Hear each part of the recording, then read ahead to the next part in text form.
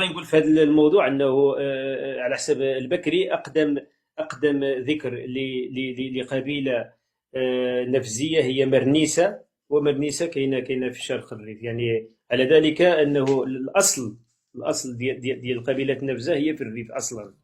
والتكتل هناك، يعني اغلب البطون النفزيه كاينين في الريف، وكاينين في بلايص اخرين في تونس، كاين حتى في الجنوب المغربي. اقدم لكن مصدر عندك التكتل كاين في الريف.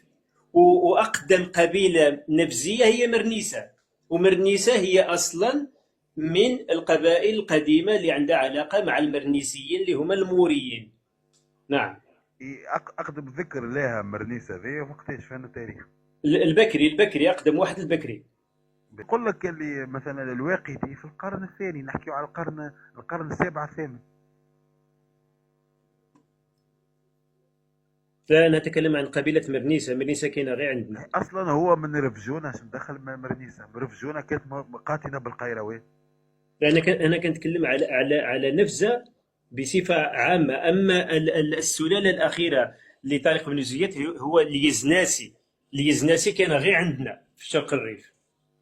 أي يا جماعة، اللي هي تعطيوني أنا الكلمة، خليني نحسن في هذا الأمر. مرحبا تفضل مرحبا استاذ. الكلمه، وما نجمش نبعث لك راهو في الخاص، نبعث كان مسارش الاستاذ نبعث لك خليني على أنا. الواتساب. لا, لا إله إلا الله محمد رسول الله.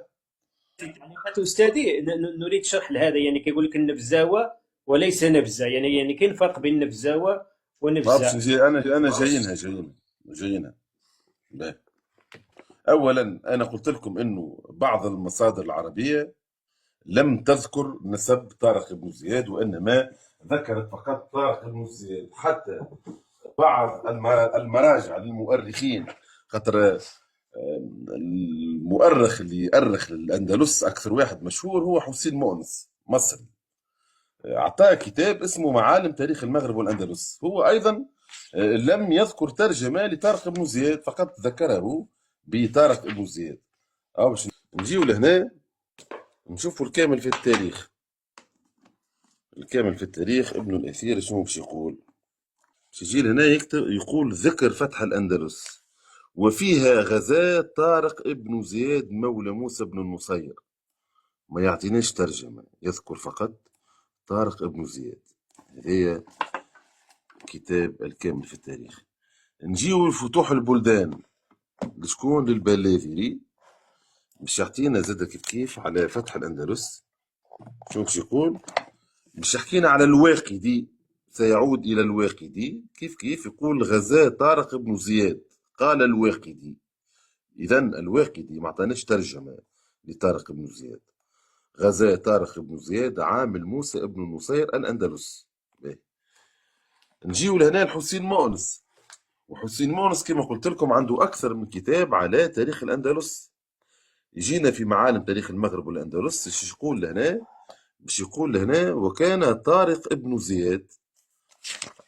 ابن خلدون في كتاب العبر وديوان المبتدأ والخبر في أيام العرب والعجم والبربر ومن عاصرهم من ذوي السلطان الأكبر.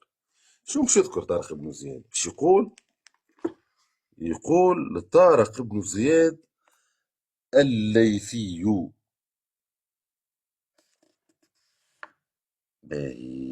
علاش قلت لكم راهو الوحيد اللي عطاه تفصيل على طارق بن زياد هو ابن عذاري. تو نعاودوا نرجعوا لابن خلدون، خليه على جنب. نمشيو إلى كتاب البيان المغرب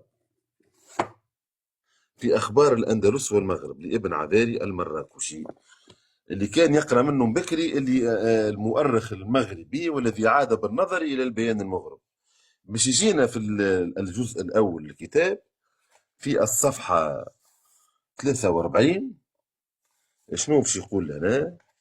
باش يقول: ونسب طارق هو طارق ابن زياد ابن عبد الله بن ولغو بن ورفجوم. تسطروا لي هنا على ورفجوم. هذه القبيلة متاع طارق بن زياد هذه من قبائل النفزاوة، لأنه إذا باش نرجعوا فيما بعد إلى وصول القبائل والفروع والبطون، باش نخرجوا من نفزاوة، باش نجيو نلقاو من بطون النفزاوة الورفجوم. إذا ابن عذاري يقول طارق ابن زياد ابن عبد الله بن ولغو بن ورفجوم بن نبرغاسن بن ولهاس بن يطوفت بن نفزاو، فهو نفزي. ذكر أنه من سبي البربر، وكان مولى موسى بن النصير. وبالتالي الترجمة كما قلت لكم في المصادر التاريخية اللي يعطانا ترجمة لنسب طارق بن زياد هو ابن عذاري المراكشي. وبالتالي كل من اشتغل على نسب طارق بن زياد كان اجتهاد المؤرخين بالعودة إلى ابن عذاري المراكشي، ثم بالعودة إلى ابن خلدون في التفصيل على قبيلة ورفجوم. باهي تو نعاودوا نرجعوا له هذايا نحطوه على جنب لحظة بركة، ونمشيو إلى جزء آخر من كتاب ابن خلدون العبر.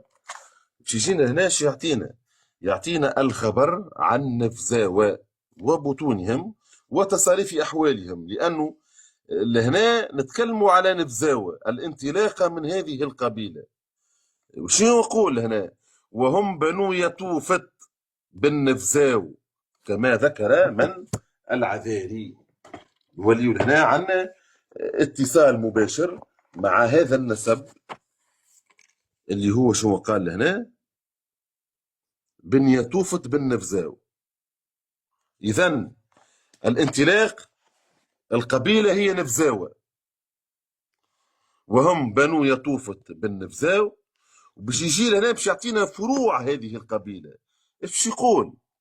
باش يقول ومن بطون والهاسة، لأنه هنا ذكر والهاس، ها هي ومن بطون والهاسة ورتدين بن دحية بن والهاس وورفجومة. هذه القبيلة ورفجومة اللي هي هنا كما قال ابن عذاري ورفجوم.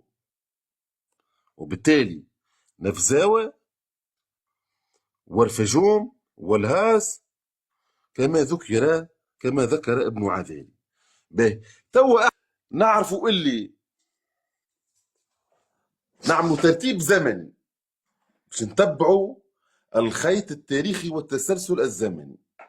يلزمنا نعرفوا احنا توا طارق ابن زياد متى ولد، مع شكون ظهر، وقت جاء. باهي طارق ابن زياد ولد سنة 50 للهجرة، ولد تحت راية الإسلام في إفريقيا في بلاد المغرب المفيد، ولد سنة 50 للهجرة. جاء عقبة بن نافع، ثم سيأتي المهاجر ابن أبي دينار، ثم سيعود عقبة في ولاية ثانية، ثم سيأتي قيس زهير ابن قيس البلوي، ثم سيأتي حسان ابن النعمان، ثم سيأتي موسى بن النصير. لهنا باش نشوفوا احنا الأحداث اللي صايرة في الزمن القريب إلى موسى ابن النصير وطارق بن زياد. نعاودوا توا نعملوا تنقيب على الأحداث اللي صارت حول قبيلة ورفجوم أو والنفزاوة. نعاودوا نرجعوا توا قبل ما نتعداو ونعملوا التنقيب، خلينا نمشيو إلى المسالك والممالك للبكري. شنو يقول على نفزاوة؟ المسالك والممالك لأبي عبيد البكري باش يجينا لهنا وباش يحكي على مدينة نفزاوة. وتسير من القيروان إلى مدينة نفزاوة في 6 أيام نحو الغرب. نفزاوة تبعد على القيروان 6 أيام. ولمدينة نفزاوة عين تسمى بالبربرية تورغة. ونفزاوة هي بلاد البربر، بلاد الشلحة. اليوم هي نفزاوة أرض الشلحة. به للتجاني، رحلة التجاني شو يقول؟ ونفزاوة اسم نقل إلى الموضع من اسم القبيلة التي سكنت به في أول الدهر، وهم بنو نفزاو. هذا التجاني. هو المعجم الجغرافي المعتار في خبر الأقطار لعبد المنعم الحميري وتحقيق الدكتور حسن عباس. شنو باش يحكي على نفزاوة؟ جي يأكد ما ذكره البكري، سيقول نفزاوة: بينها وبين القيروان 6 أيام ولها سور صخري وطوب إلى غير ذلك. سنعود إلى البكري، إلى روض المعطار مرة أخرى. نمشي توا نبحث على أحداث صارت مع قبيلة ورفجومة. باهي نعاود ونرجع لهنا كما قلنا بكري. قلنا لهنا الخبر عن نفزاوة، أعطانا لهنا قال لك اللي هو من ورفجومة. يجي لهنا شو يقول: ولما انحرف عبد الرحمن جعفر المنصور، في نفس الصفحة اللي ذكر فيها ابن خلدون الخبر عن نفزاوة وبطونهم، اللي باش يعطينا نسب طارق بن زياد. يجي لهنا يقول: ولما انحرف عبد الرحمن ابن حبيب. شكون عبد الرحمن ابن حبيب؟ وشكون طاعة أبا جعفر المنصور؟ عبد الرحمن ابن حبيب هذايا توفي سنة 137 للهجرة، وكان أميرا على إفريقية بعد انهيار الدولة الأموية. هذايا عبد الرحمن ابن حبيب حب يولي أمير، خاطر الدولة الأموية طاحت، والدولة الأموية باش تجي في محلها الدولة العباسية. حب يخدم مخه هو من بقايا أسرة الفهريين، لأنه يعني حفيد لعقبة بن نافع الفهري. بعد سقوط الدولة الأموية وقيام الدولة العباسية، حاول عبد الرحمن أن يثبت استقلاله في إفريقيا، أن يستقل بإفريقيا. فأحيانا كان يظهر الولاء للعباسيين، وأحيانا يقطع عنهم الخطبة، ما يذكرهمش في الخطبة. وبالتالي أبو جعفر المنصور هو عنده يعني فتنة في المشرق، ومازال الحكم العباسي مازال معناها لم يثبت الحكم. ما حبش يصطدم معاه عسكريا أولا، وابتعد عن المواجهة، ولكن هاوينه معناها يعني العلاقة كان فيها شيء من التذبذب، وحاطه تحت عينيه. باهي لهنا علاش ذكر ابن خلدون، ذكر قبيلة ورفجومة، وجبد يعني عبد الرحمن ابن حبيب، وجبد على أبو جعفر المنصور، وكتبهم في نفس الخبر. باش نقول لكم علاش. لهنا باش يسمي لنا الأحداث هذه اللي صايرة وين موجودة، باش يذكر لنا مدينة طبنة، اللي هي خاطر صارت فتنة في ورفجومة. ورفجومة صارت فيها فتنة، باش يذكر مدينة طبنة، ومن بعد باش يذكر لنا مدينة نارية اللي هي الكاف. هذه نحلوا الروض المعطار، نشوفوا طبنة وين، اللي هي طبنة هي نورمالمون في اقليم الزاب من افريقيا، لانه اقليم الزاب وقت هذاك كان تابع لافريقيا. ومن بعد نمشيو للجبل نارية، هذه طبنة اعظم بلاد الزاب، بينها وبين المسيلة مرحلتان. المسيلة وطبنة وبلاد الزاب كلها برمتها كانت تابعة إلى إفريقيا، لأنه ونمشيو إلى المدينة الأخرى اللي هي باش يقول اللي هي مدينة في بلاد إفريقيا بمقربة من مدينة الأربس اللي هي في الكاف الحالية. به وابن خلدون لهنا مثلا ترتيب الولاة: معاوية ابن الحديج، عقبة بن نافع، أبو المهاجر دينار، عقبة بن نافع ثانيا، بعد زهير ابن قيس البلوي، بعد حسان ابن النعمان الغساني، بعد موسى ابن النصير. ولهنا باش نوريو نتكلموا على طارق ابن زياد، محمد ابن يزيد، اسماعيل ابن المهاجر، يزيد ابن ابي المسلم، عبيد الله ابن الحبحاب، ابن عبد الرحمن اللي من بكري جبدناه، وحكينا على طبنة وحكينا على الكاف. باش نتكلموا لهنا على قال لك: ثم سار حبيب إلى تونس فملكها، وجاء عمه إلياس فقتله. نتكلموا على القيروان، نتكلموا على ورفجومة من قبائل البربر، في علاقة يعني تبارز في علاقة بالقيروان، لأن ورفجومة ستدخل القيروان. نتكلموا لهنا يقول: فأخبر عبد الوارث وقتلهم حبيب فهزموه إلى جابس، اللي هما يعني أصل قبائل الورفجومة نفزاوة. باهي واستولت ورفجومة على إفريقيا. هذه تاريخ قريب من طارق بن زياد. نمشيو الأهم توا إلى اليونسكو، ونشوفوا الكتاب اللي موجود في اليونسكو على صفحة اليونسكو، اللي هو هذا جنرال هيستوري اوف افريكا، هذيك صفحة اليونسكو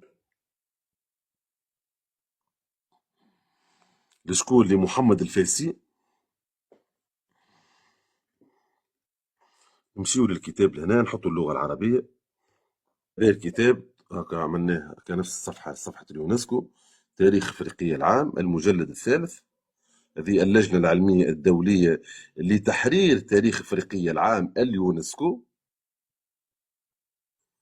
افريقيا من القرن السابع الى القرن الحادي عشر.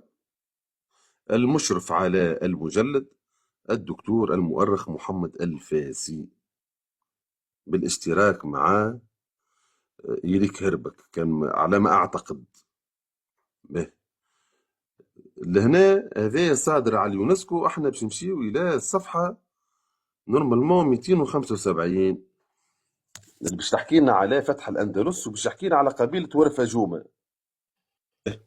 لهنا يتكلم على ورفجومة، قبيلة ورفجومة، هي ورفجومة الصفريون، لأنهم هما خوارج، فما الإباضية وفما الصفريون. ورفجومة من جنوب تونس،